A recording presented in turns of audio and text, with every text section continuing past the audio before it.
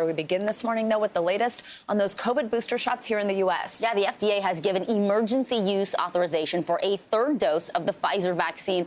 But right now, only certain people will be able to get that third shot.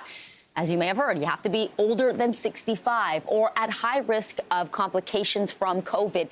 That includes immunosuppressed people and those who work in areas with a high risk for exposure, like healthcare workers and teachers. Now, this decision by the FDA comes as the CDC enters its second day of meetings on a third dose. A CDC panel's recommendation is also needed before those booster shots can be administered. There still is room for confusion as the FDA hasn't cleared everyone for a booster yet, and it's unclear when or if that will happen. This comes as thousands of Americans are still testing positive for the virus every day. Although it seems we may be past the peak of this wave. An average of 127,000 Americans are being infected daily. We have a team ready to break down everything you need to know about this pandemic this morning, from booster shots to testing and the current situation at hospitals. We're going to begin this morning with Dr. Anand Swaminathan. He's an assistant professor of emergency medicine at St. Joseph's Hospital. Good morning, Dr. Swaminathan. Let's talk about the FDA authorizing Pfizer's booster shot. It's now available to those folks who are 65 and older and those considered high risk. What do you think about that decision, and how long after their second shot should people wait before they get that booster? The decision that we're seeing here is more driven by science than the idea of boosters for everybody that's 6 months out. So I'm appreciative of that we've really taken that science into account. We still need a lot of clarification on those last two groups. Who are the people who are high risk for severe COVID? Who are the high-risk exposures? Certainly healthcare workers, but frontline workers, grocery stores, waiters and waitresses, and teachers probably need to be included in that group as well. So we're going to need to see some real clarification from the CDC on those areas. And it's still unclear from the evidence that we have of whether boosters are actually needed, even in those groups. We don't have great evidence. What we're going to have to do is actually track it going forward as we give these boosters and see what the real prolonged effect of those boosters are. Yeah, Doctor, you mentioned teachers, and in the FDA's decision, they included teachers as being in a high-risk environment needed for a booster. Of course, they're with these kids who are not vaccinated. So if teachers get boosters, will that have any type of positive impact on COVID cases for kids, especially in those classrooms where kids are younger than the eligible age to get the shot yet? But the truth is that we don't know exactly how these boosters protect others around us, but we can infer that it will provide some increased protection. The main thing here is to protect those teachers and keep them safe as they are getting repeatedly exposed, or that are more likely to be repeatedly exposed. And of course, Savannah, we have to remember that vaccines are only one part of this. We need to be focused, especially in classrooms, on getting kids vaccinated, which is hopefully coming in the next month, making sure that we have good ventilation, that we are masking properly indoors. It's all of these different layers that we need. Yeah, it's a multiple tool approach. Doctor, do you expect the COVID vaccine to be recommended annually like we do with the flu shot? And will we continue to need at least 2 doses each year, or is it still too early to tell?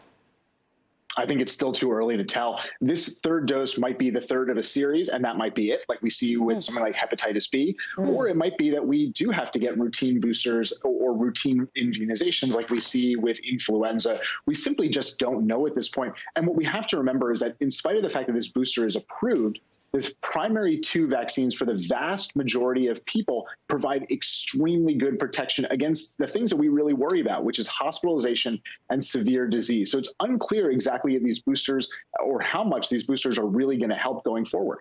I think it's such a good point to keep bringing up. There's so much that we don't know, especially in combating misinformation. It's not just that everything keeps changing. It's because the virus is changing and we don't know yet. Yeah, and these countries need to share their data. Dr. Swaminathan, thank you so much for your time this morning.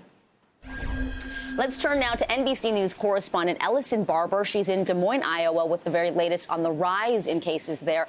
Ellison, in Iowa, the state recently closed all of its mass testing sites, but clearly people still need COVID tests. So where do they go now?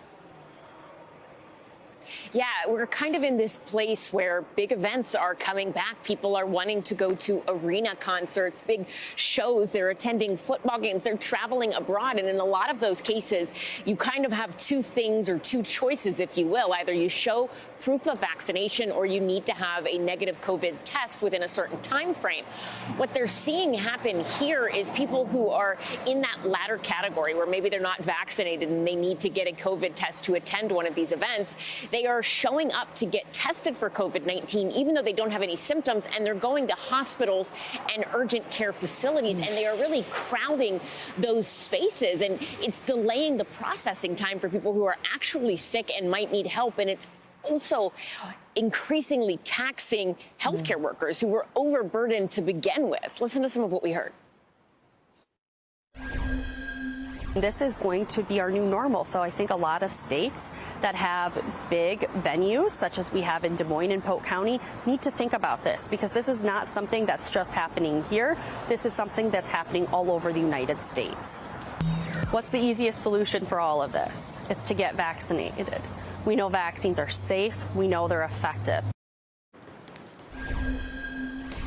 You know, when they closed those mass testing sites in a lot of places, a lot of states, the reason for that was because they were then transitioning to giving COVID vaccines at those areas. So rebooting those really isn't a very feasible option in a lot of cases in this state right now, because they just don't have extra resources. They are giving out testing kits just like this one at the Polk County Healthcare Department. This is the most populous county in Iowa, and where a lot of those big events are taking place. They say they just need more people to utilize them. These are at-home kits. They give it to you, you do it at home, and then you just mail it off.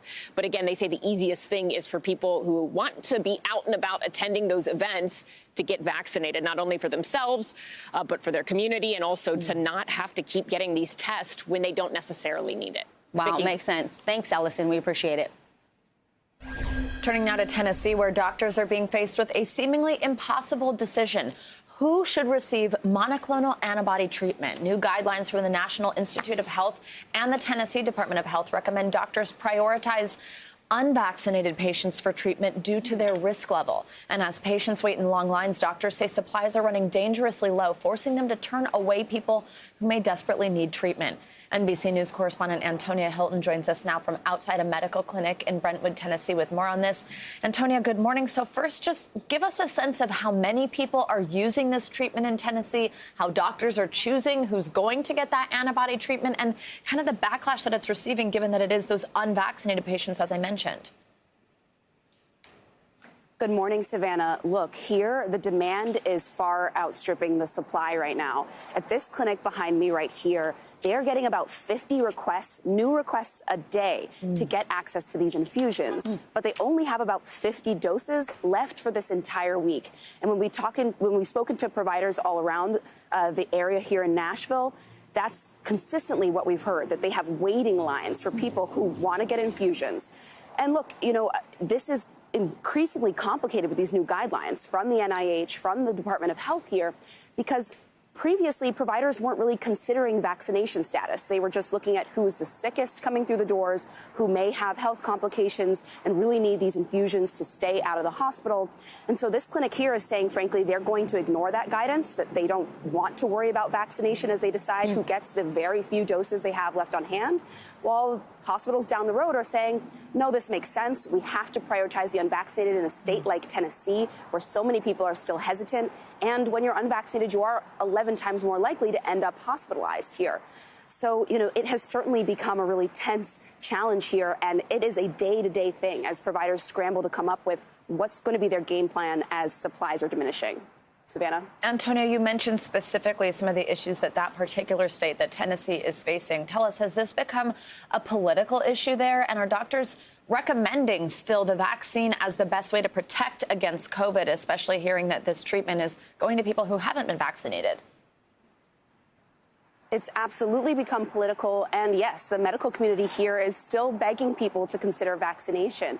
Less than half of the population here is vaccinated in Tennessee, so they have a long, long way to go. And doctors worry that people will lean on these monoclonal antibody treatments and say, hey, as long as this is available, you know, I don't actually really need to get vaccinated. But as they're seeing the supplies of this diminish, they're begging people, you know, go get vaccinated. We can't guarantee that if you call us here at this clinic, we are going to have space for you. The administrator of this clinic behind me here told me that just the other day she was on the phone with a mom who's 32 years old, begging her to get her husband into the clinic, and she could hear the husband in the background struggling to breathe. But because of the lack of doses that she had and the guidelines that she had to follow, she just couldn't take this man. And that was heartbreaking for her. I want you to take a listen to a conversation that I had with a doctor down the road at Vanderbilt, Dr. Karen Block. She runs their infusion clinic there, and their team is deciding that they do have to go along with this guidance. So, you can just see here how much this is a patchwork. Take a listen to Dr. Block. It's a tough issue, and I think there is certainly a tension between people who feel like they've done the right thing and those who haven't. The way that I would explain it is really taking the politics out of it and really basing it on the science. And we know from the science that the folks who are going to get the sickest and who would benefit the most and who would be less likely to be hospitalized are those who are at highest risk. And I certainly would never suggest that somebody not get the vaccine, which is a really critical preventive measure. What the antibody is for really is for folks who break through and for folks who have symptomatic COVID. And so I think the messaging really should be that the vaccine is the first line of defense here. I asked Dr. Block, as you interact with these unvaccinated patients asking for these infusions, are you able to convert them into people interested in getting the vaccine?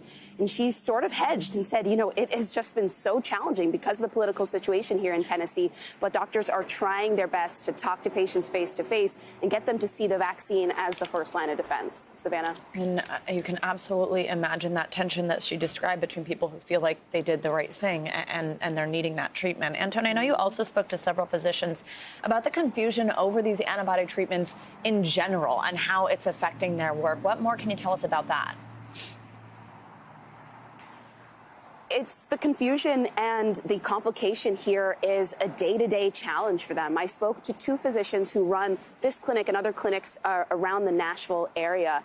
And, they're really hurting because as politicians and the federal government figure out how these doses are going to be dispersed around the country, how much certain states, certain hospital systems are going to receive, when patients are upset and they're panicking, they're not calling their, local representatives. They're calling the doctors who work at locations like this one. So it's these emergency physicians, it's the nurses who work alongside them who are hearing people leave panicked voicemails, who are having people come by and beg them, ask why they're so far behind in the queue. And that just makes their work all the more painful after, of course, as we all know, a really difficult year for all of them on the front lines of this. Take a listen to my conversation with the two physicians who run this site here.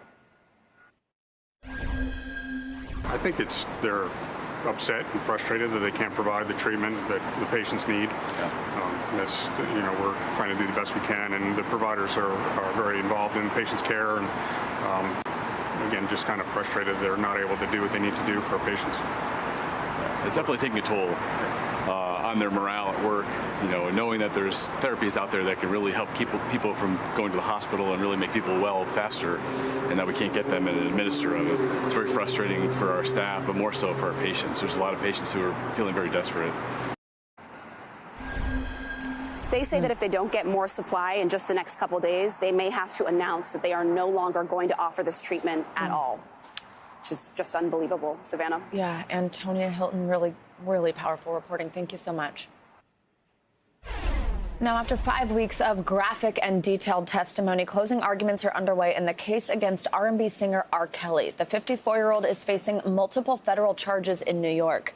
They include 1 count of racketeering with 14 underlying acts of sexual exploitation of children, kidnapping, and forced labor. He also faces 8 counts of violating the Mann Act, which is essentially a human trafficking law. R. Kelly denies all these accusations. 11 of his accusers took the stand during the trial, all claiming the singer sexually abused them and manipulated them for years. The prosecution took 3 hours to summarize their case yesterday and will continue those closing arguments today. NBC News correspondent Ron Allen joins us now from outside the courthouse in Brooklyn, New York, with more on the trial. Ron, good morning. So tell us just what we've seen so far in the prosecution's closing argument. What picture were they trying to paint of R. Kelly? What were some of the moments that stood out to you in that courtroom, especially since this case has been highly publicized and become sort of part of the conversation in pop culture? Tell us what's actually happening within the court. Well, you have to remember, R. Kelly during the 1990s was one of the biggest names in R&B pop music. He has sold tens of millions of albums. He was a mega star. He's not now, but he was then. And the prosecutors allege that during that time, he was running also a criminal enterprise, is the word they used to describe it, which was not just about his music career, but was also about getting his own sexual gratification, about luring, recruiting, grooming young women for his own pleasure. Of course, women and young girls were flocking to his concerts and to his events, and that's the allegation, that it was not just abuse, but that there was this racketeering going on, this criminal enterprise, like a mob boss, where his drivers, his security teams, his managers were all focused at his sexual gratification. And the things he allegedly did to these women are just horrific and awful. I mean, listening to some of the testimony, it's extremely emotional. It's just very graphic. He was allegedly very abusive physically, mentally. And what stands out, I think, more than anything, is just how detailed the prosecution is, trying to go through every single thing that they allege that he did over a 30-year period, remember, because prosecutors have been going after R. Kelly for a long time. There have been these rumors, allegations of sexual misconduct floating around him for a long time, and now the prosecutors feel like they finally got him, and so they are taking their time and going through this meticulously for the jury. Yeah, absolutely, which is why these closing arguments really they're continuing today. What do we expect to hear today in those arguments? We think the prosecutors have a couple more hours of arguments, going through, again, each charge and each allegation by a number of women, person by person. Remember, the big charge is racketeering, and then there are like 14 crimes that add up to racketeering in some way or another. And they are bribery, extortion, physically beating. It's just a litany of things. And they're trying to go through each of them. After that, the defense will step up and do its summation, its closing arguments. And it's unclear what that's going to amount to. The defense has lasted for all of several days. There are 5 or 6 witnesses who were presented, mostly friends, associates of R. Kelly, who basically said what a great guy he was, and that they never saw him doing anything untoward or any misconduct, but then they were forced to admit that they weren't with him all the time, and they didn't see what he was doing, especially behind closed doors. So it'll be interesting to see what the defense does come up with. They seem to have a very difficult job ahead of them. It will be certainly interesting to see, and something that we'll be keeping an eye on. Ron Allen, thank you so much. The search continues this morning for Brian Laundrie after his fiancé Gabby Petito's body was found.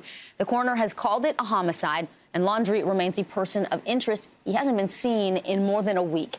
Investigators have been scouring a Florida preserve, but they haven't uncovered any signs of the missing 23-year-old. NBC News correspondent Vaughn Hilliard is live in Northport this morning as police prepare for another day of searching. And Vaughn, no signs of Laundrie. Where are police searching today? And do we know anything new this morning?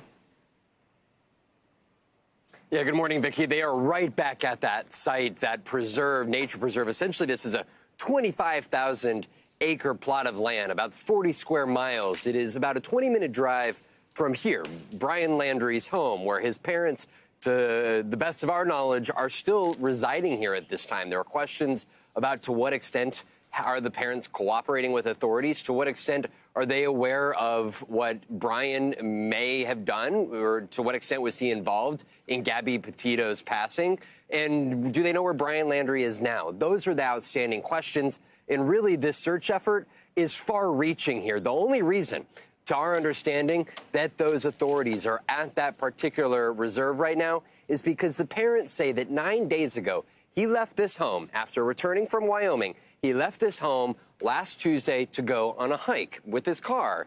But this is where the timeline gets a little odd. It was Tuesday. Then the following day, Wednesday, the family says that he didn't return home. So they went over to that reserve, found his car. The following day, they went and picked up his car, brought it back to their home. It wasn't until Friday, 4 days after he supposedly went on that hike, that they finally called authorities to say that Brian was missing. So that is where this investigation stands, where this search stands. They are continuing to look through that area, having ATVs, drones. They had a boat out at the scene. It's a very swampy area where very much this search continues. At the same time, we have not been told of any leads or any evidence to suggest that he is actually at that reserve, Vicki. Two more things, Vaughn. Is the family speaking at all about Brian's disappearance? And also, the coroner, he called Gabby Petito's death a homicide earlier this week. Any indication when the final report will be released? We know from that initial autopsy determination from the coroner's office that it was, in fact, a homicide, but we are still waiting for the full autopsy to be finished and released. In the hope from that autopsy, that final autopsy, which could come out at any hour, any day here, is exactly what the manner of death was. What was the cause of that homicide? Now, when it comes to this family here, we know that 2 days ago is when the FBI came in a search and essentially raided the house, pulling out potential evidence. And of course, the expectation is that they are now combing through that potential evidence. But again, the family, to the best of our knowledge, is still inside of that house. And we do not know, because the Brian Laundrie family has not made any public statements in recent days, other than to say that they were mourning the passing of Gabby Petito. But they have not suggested anything else publicly as to where if they know where Brian went and whether it is, in fact, in this area. Yeah, Vicky? difficult situation for two families. Vaughn, thank you so much this morning. What's now going to check on your morning news now weather? Bill Cairns, hello, good morning. Do you have another test for us? Yeah. No test. No, yesterday you guys got incomplete. So we got to, once you guys work on your skills a little bit. Okay, we promise to do so. So, this morning the big story has been the heavy rain in areas of Virginia, West Virginia. That has swept through the nation's capital. We've got poured on. We've already picked up almost 1 to 2 inches right in the Beltway around D.C. this morning, so it's not a fun morning commute. We still have a lot of rain also in areas of Michigan and northern Indiana. So that'll be the story today as this rain sweeps through the east. It has tropical connections. It's a very humid morning from Philadelphia to New York to Baltimore, and that's why we're going to have these downpours during the day today. There's a great reward after this storm is gone, so we just have to get through it first. And we do have the potential, at least, for some flash flooding. And because New York City and Philadelphia and Baltimore and D.C. are included, it's a lot of people. 35 million are in flash flood watches. We do not have any flash flood warnings right now, so that's nice. As we go throughout the afternoon, the heaviest rains are expected to be in eastern PA, northern Jersey, the Catskills, and then eventually later tonight into areas of western portions of New England. 1 to 3 inches of rain, and then this will be isolated up to 5. So we haven't had a lot of rain in this area over the last week or two, so I don't think it's going to be horrific flooding, but if you get 5 inches in a short period of time, that'll, of course, cause problems. Besides the Northeast, it's a really nice weather map from the Northwest to the central U.S. The South is nice, still a little hot in Phoenix at 102. And even tomorrow, once we get rid of the rain in New England, it is the start of a fantastic first fall weekend. And, of course, next hour, I'll have more details on that. We love that tease. Thank you, Bill. See you in a bit.